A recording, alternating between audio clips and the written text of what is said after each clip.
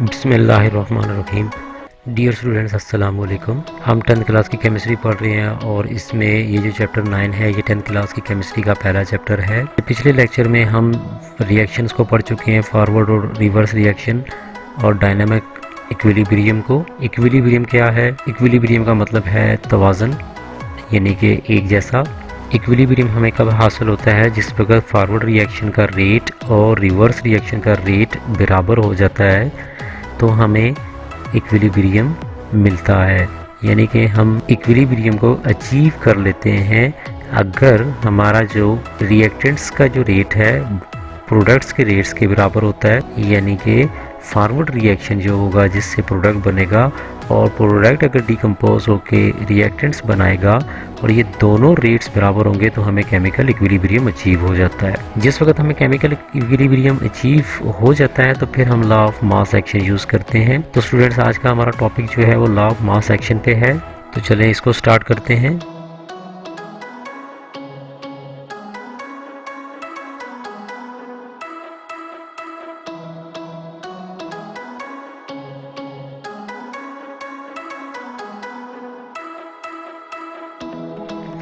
Students, law of mass action की definition आपके screen पे नज़र आ रही है। ये लॉ हमें बताता है कि जितनी ज़्यादा मोलर कंसंट्रेशन किसी भी रिएक्टेंट्स की होगी, रेट ऑफ केमिकल रिएक्शन भी उतना ही ज़्यादा होगा। यानी कि अगर मोलर कंसंट्रेशन जो है रिएक्टेंट्स की ज़्यादा है तो जो केमिकल हमारे पास रिएक्शन हो रहा है वो बहुत तेज़ और फास्ट होगा। इसका मतलब ये हुआ कि rate of chemical reaction depend करता है रिएक्टेंट्स की मोलर कंसंट्रेशन के ऊपर। इसको हम ज़रा डिटेल में देखते हैं।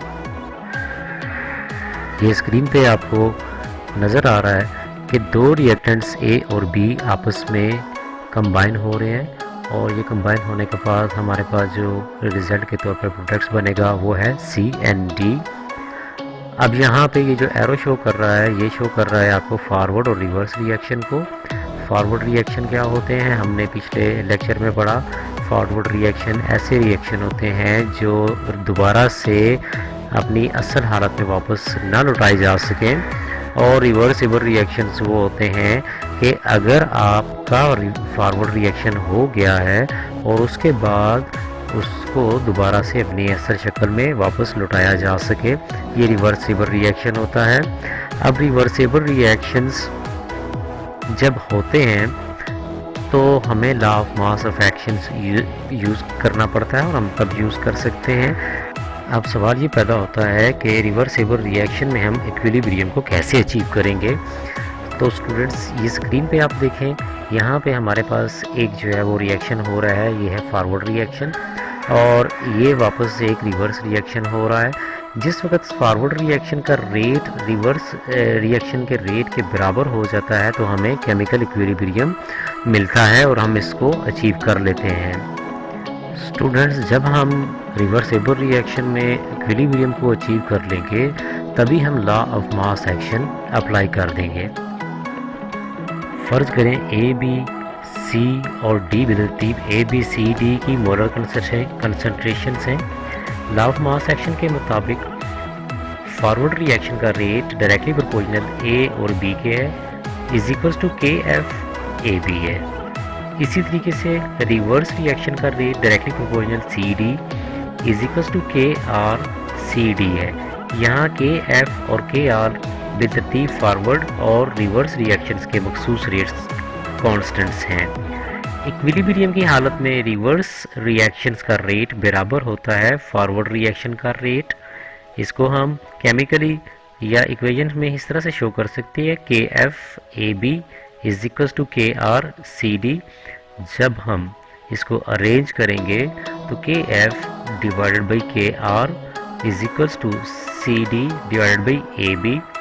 यहाँ K C is equals to K F divide by K R, इसको इक्विलिब्रियम कांस्टेंट कहते हैं। इक्विलिब्रियम कांस्टेंट को इस तरह से जाहिर किया जाता है के C is equals to C D divided by A B. Students, आज के लेक्चर में हमने law of mass of action के बारे में पढ़ा। Law of mass of action क्या है? ये कब अचीव होता है, हम कब अप्लाई कर सकते हैं, तो इस बारे में आज हमने पढ़ा और हमने इसकी इक्वेशन को भी ड्राइव करना सीखा। यहाँ पे मैं आपको फिर रिकॉल करवा दूँ कि ये rate of forward reaction directly proportional है molar concentration of A and molar concentration of B के। हम ये डायरेक्टली प्रोपोर्शनल का साइन ख़त्म करने के लिए एक कांस्टेंट लगाते हैं जो कि है KF और इज इक्वल्स टू। इसी तरीके से rate of reverse reaction directly proportional molar concentration of C and molar concentration of D है। इस डायरेक्टली प्रोपोर्शनल के साइन को ख़त्म करने के लिए हम लगाते हैं इज इक्वल का साइन और एक कांस्टेंट वो है KR। तो यहाँ पे स्क्रीन में आप देखें कि वाज़ेह तौर पे आपको नज़र आ रहा है कि rate of forward reaction is equals to है रेट ऑफ रिवर्स रिएक्शन के। अगर ये दोनों रेट्स आपस में बराबर होंगे तभी हमें केमिकल इक्विलिब्रियम हासिल होगा, और जिस वक्त हमें केमिकल इक्विलिब्रियम हासिल हो जाएगा तब हम जो है वो ये अपना law of mass of action जो है इस्तेमाल कर सकते हैं। यहीं पे यहाँ पे हमने इसको यूज़ किया है, इन वैल्यूज़ को यहाँ पे पुट किया, और वैल्यूज़ को पुट करने के बाद हमारे पास जो फाइनल एक इक्वेशन आई है वो है Kc is equals to molar concentration of C into molar concentration of D divided by molar concentration of A into molar concentration of B। और फिर जो फाइनल हमारे पास एक इक्वेशन आती है वो है Kc is equals to Kf divided by Kr is called the equilibrium constant. यहाँ एक एग्जांपल्स को हम समझते हैं। When nitrogen reacts with oxygen to form the nitrogen monoxide the reversible reaction is as follow. Nitrogen और oxygen को अगर हम कंबाइन करें तो एक रिएक्शन फॉरवर्ड रिएक्शन होगा। फॉरवर्ड रिएक्शन के नतीजे में हमारे पास जो प्रोडक्ट बनेगा वो बनेगा ये हमारे पास NO नाइट्रोजन मोनोऑक्साइड। और ये रिवर्सिबल रिएक्शन भी है। अगर हम इसको दोबारा से रिवर्स करें तो हमारे पास नाइट्रोजन और ऑक्सीजन हमें रिसीव होगी। तो यहाँ पे देखें the rate of the forward reaction RF is equals to KFNNO।